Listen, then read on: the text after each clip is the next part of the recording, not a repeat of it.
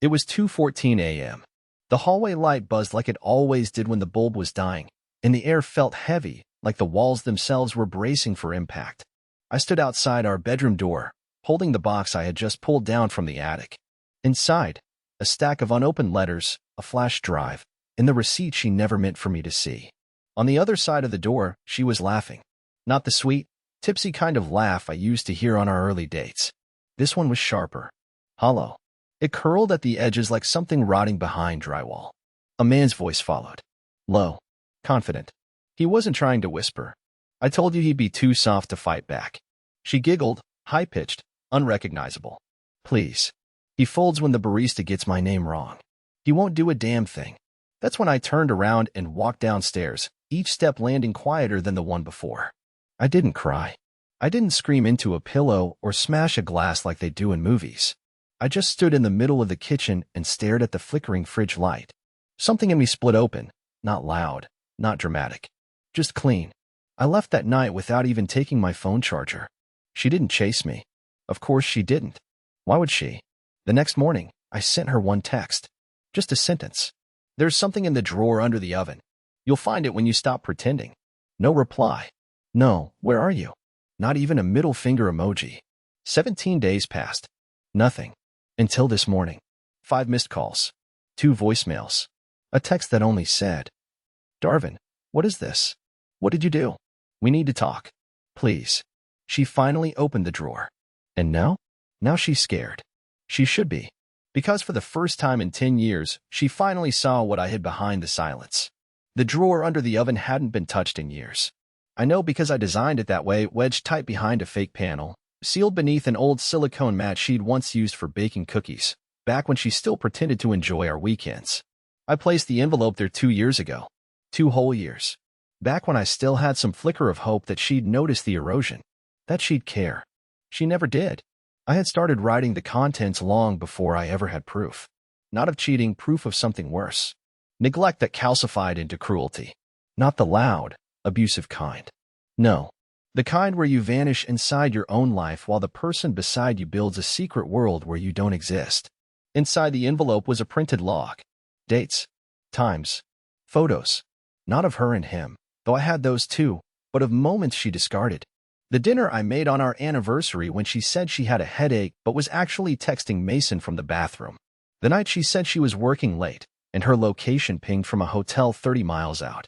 Even the time she claimed she was seeing a therapist for us, but the receipt showed a spa booking under a fake name.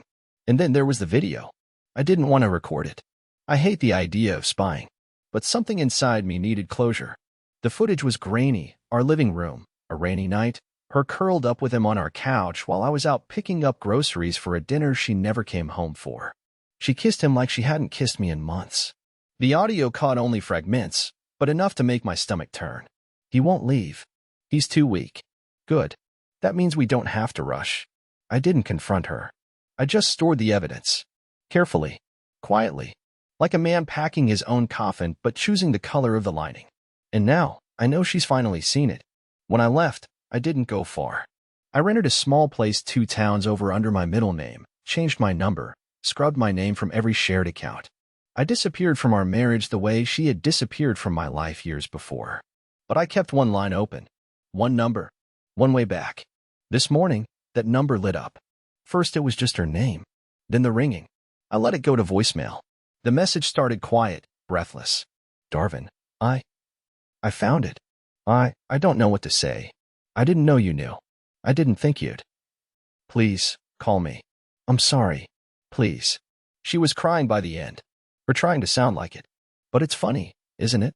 How sorry people become when they realize you were never as clueless as they thought. That the weak man they mocked had quietly prepared a storm behind the scenes. And now, Reddit, the part that might really mess with your head, eh? She still doesn't know the full truth. What she found was just the first layer. And tomorrow morning, the next box arrives at her work address. Let's see how long the laughter lasts. By the time the delivery driver confirmed the drop-off, I was already sitting in a coffee shop 4 blocks from her office. I didn't have to be there, but I needed to see it with my own eyes. The building looked the same. Cold modern glass, polished metal letters spelling out Andrel strategies. A place that marketed perfection, fronted by people pretending they had it all figured out. Lynette fit in there perfectly. Too perfectly.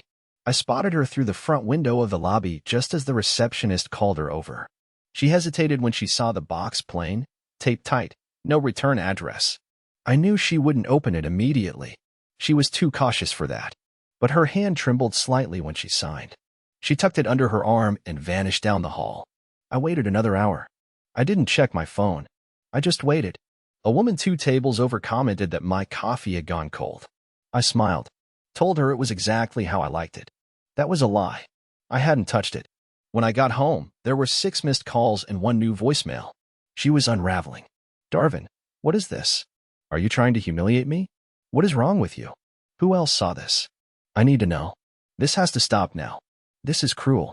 She didn't cry this time. That told me everything. She was scared, but not because she felt remorse. She was scared because I had crossed into a world she didn't expect me to enter. She had written the script of my weakness so well, she forgot I could still hold a pen. Inside that package, I'd included 2 things. The first, a photo album. Every image from our 10-year marriage she'd forgotten I'd saved. But this wasn't a sentimental play.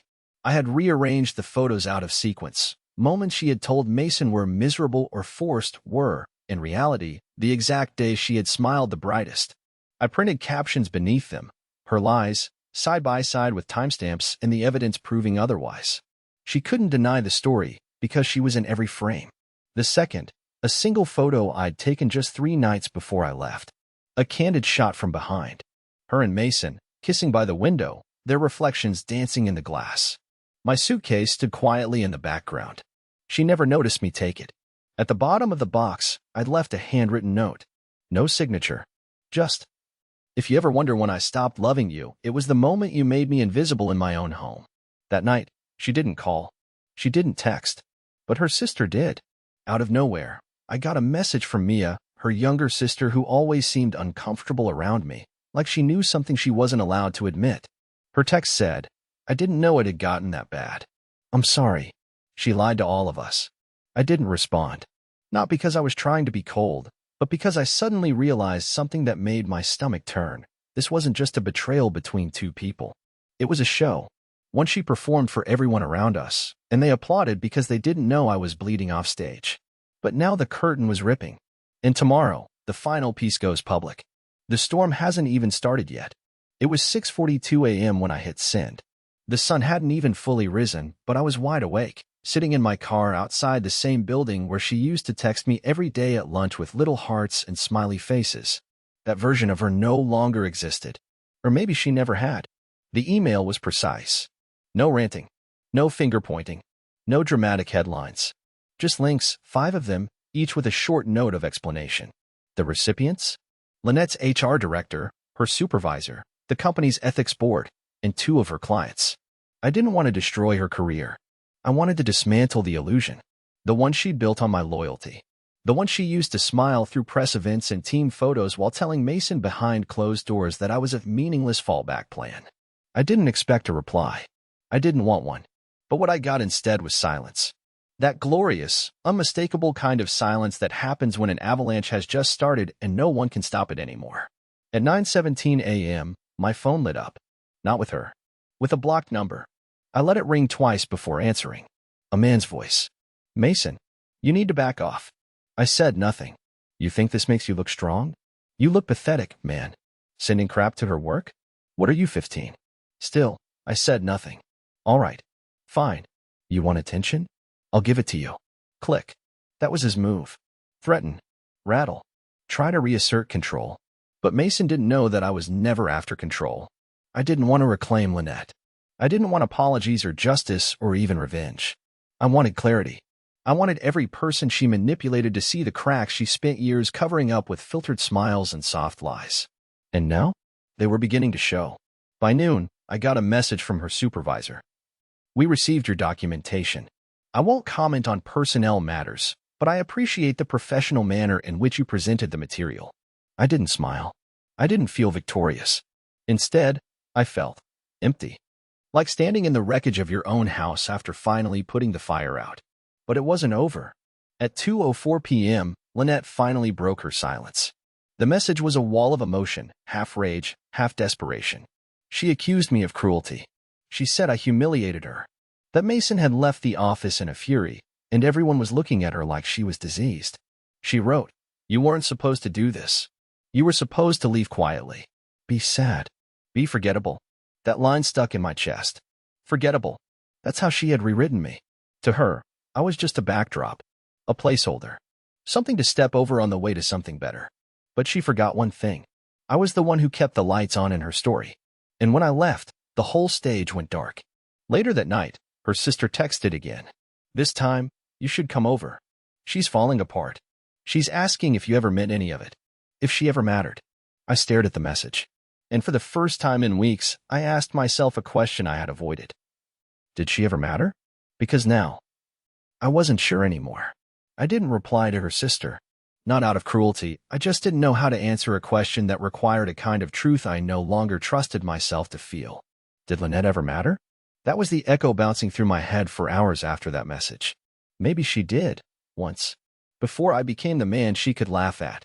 That night, I stayed awake in my new place, curled up on a couch that smelled like cardboard and detergent, watching the light from the street lamps paint slow, dying shapes across the ceiling. I hadn't decorated yet. No pictures. No warmth. It felt temporary, like the aftermath of an earthquake when you're still deciding whether to rebuild or just move somewhere the ground doesn't shake anymore. At 11:43 p.m., there was a knock at my door. I knew who it was before I stood up. I didn't speak when I opened it.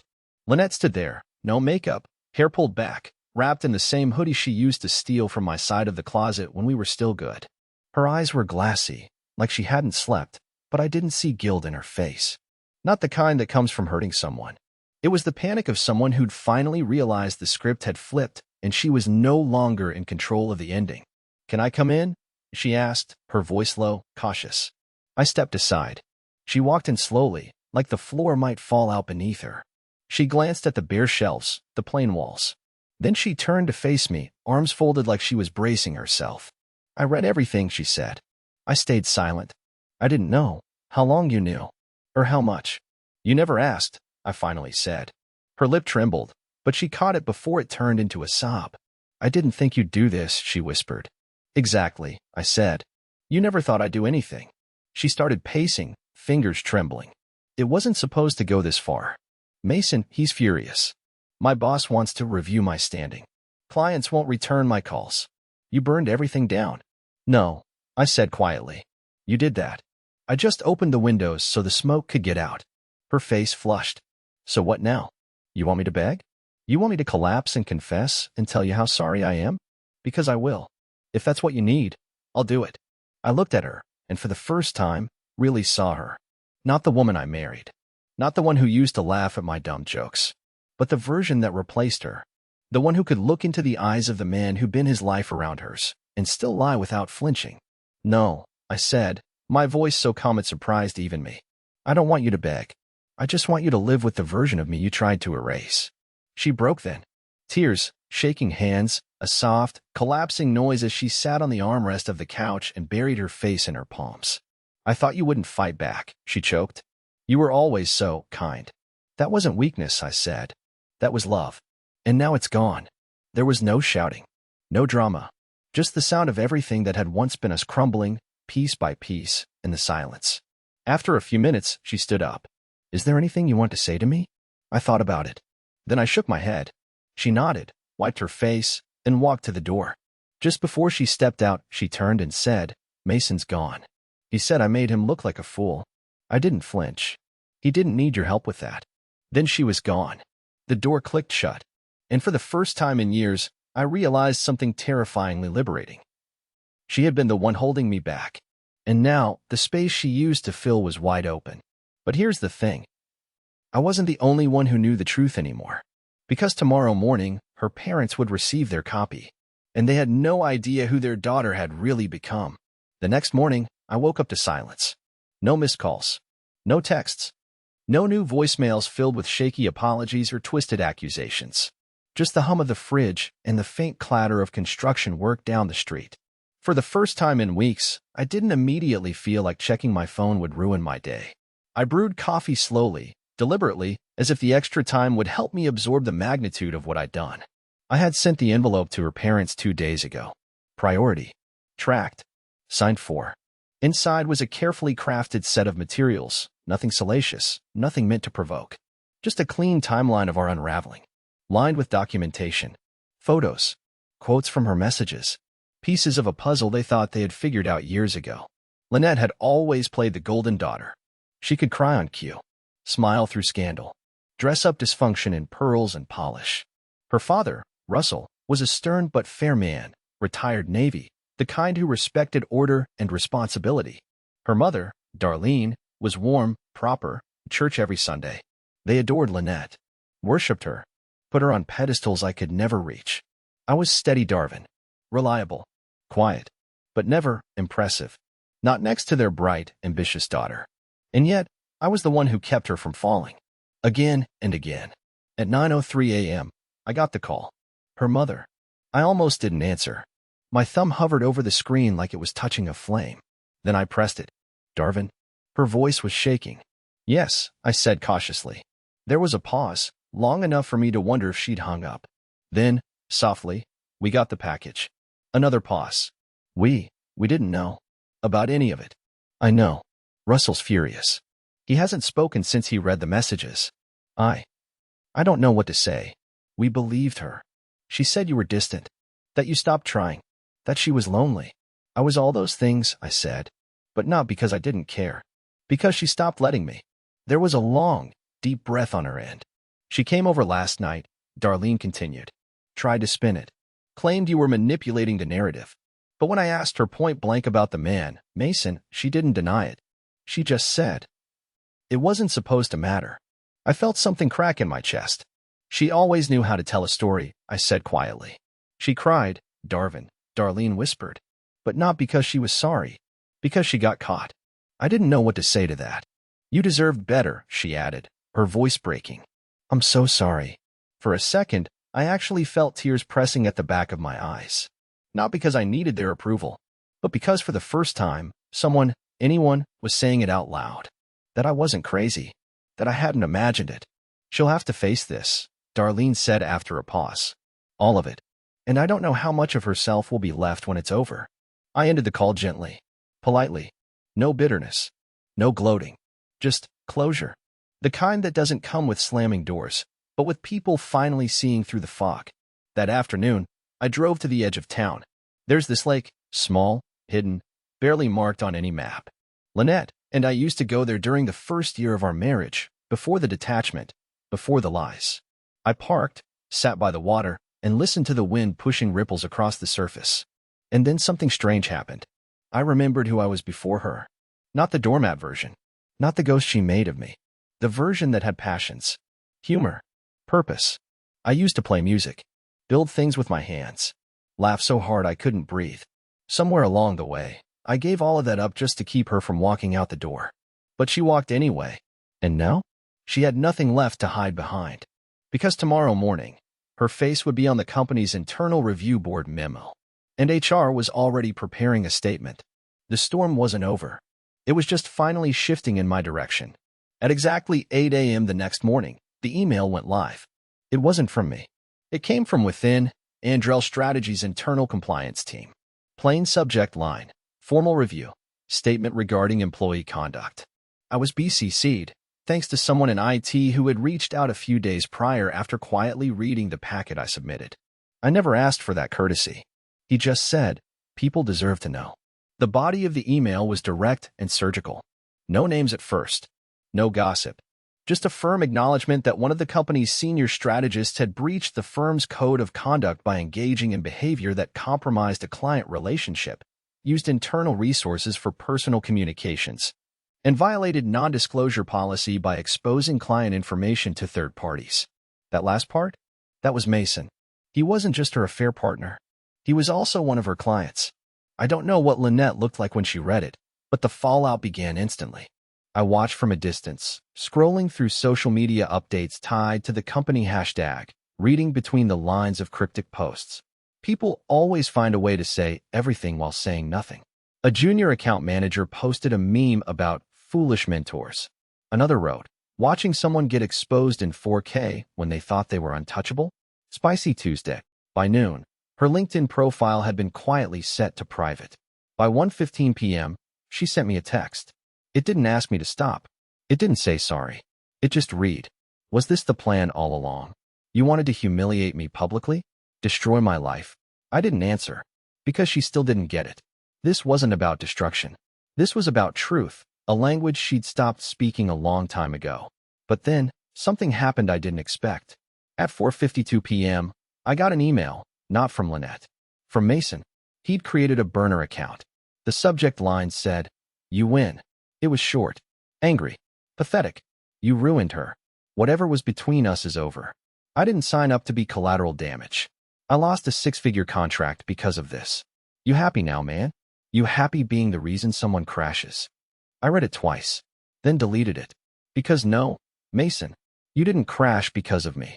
You crashed because you climbed on a rocket made of lies and acted surprised when it exploded. Lynette's sister texted again that night. Mia had been quiet for a while, probably caught between loyalty and revulsion. This time, her message was different. "She's not speaking, just sitting on the couch, blank. You broke her, Darvin. You finally broke her." I stared at the screen, and for a moment, I felt something sharp cut through my chest. Not triumph, not guilt, grief. Grief for the version of her I used to love. The one that might have been real, once, before ambition, secrecy, and ego turned her into something hollow. Before I started letting myself shrink, inch by inch, just to keep the illusion alive. I didn't want to break her. I just wanted to matter again. And the saddest part? I don't think she ever thought I would. But now she knew better. Everyone did. And yet, one final truth remained. One card I hadn't played. She thought the worst was over. But there was one person left who hadn't seen the real Lynette yet. Our old counselor. The one she lied to during every session. The one she made believe that I was emotionally unengaged and incapable of connection. Tomorrow morning, he'd received the full transcript of the text she sent Mason while I was sitting beside her on his couch, nodding along in silence, hoping therapy could save us. Let's see how well her mask fits when it's stripped away in front of someone trained to see beneath it. The final email I ever sent about Lynette went out at 6:33 a.m. The sky outside was still dusky, painted in those faded blue and violet tones that feel like neither night nor day. I sat at the same cafe I used to take her to back when she still held my hand across the table, when we still laughed about things like bad movie endings and forgotten grocery lists. I ordered her favorite coffee, black with cinnamon and almond milk, just because I wanted to see if I still remembered. I did. The email was short. To the therapist. The one who sat between us for 3 months while she spun the story of our broken marriage, carefully stitching every thread to point at my shortcomings. It was never a smear campaign. It was clarity. I attached a few of the most revealing messages. No exaggerations. No drama. Just context. The kind that her words always lacked. I ended it with, "I thought I was unworthy of love. Turns out, I was just loving someone incapable of honesty. Thank you for trying." I hit send, and it was over. Not with fireworks.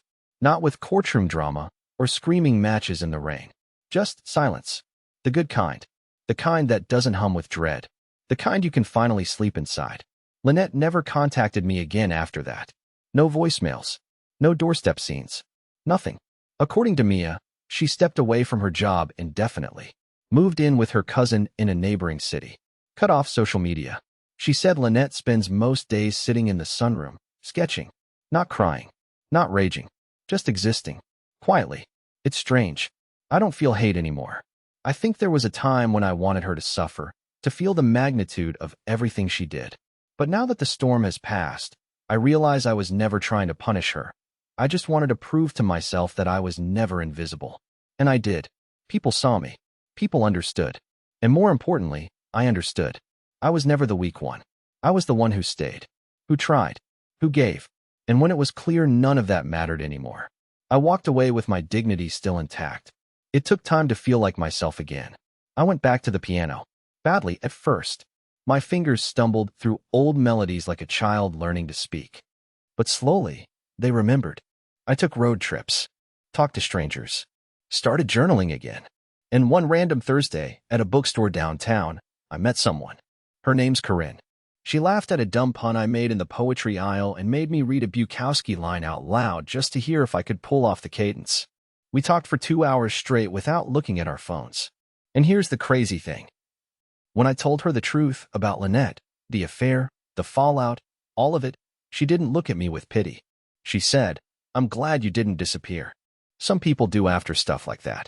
I didn't disappear. I survived. And not just survived, I rebuilt. So if you're reading this, sitting in the ashes of your own story, wondering if you're the problem because someone you trusted turned you into wallpaper in your own life, listen to me. You are not broken. You are not weak. You are just standing in the wrong story. Step out. Rewrite it. And this time, make yourself the main character. I did. And for the first time in a very, very long time, I'm finally happy.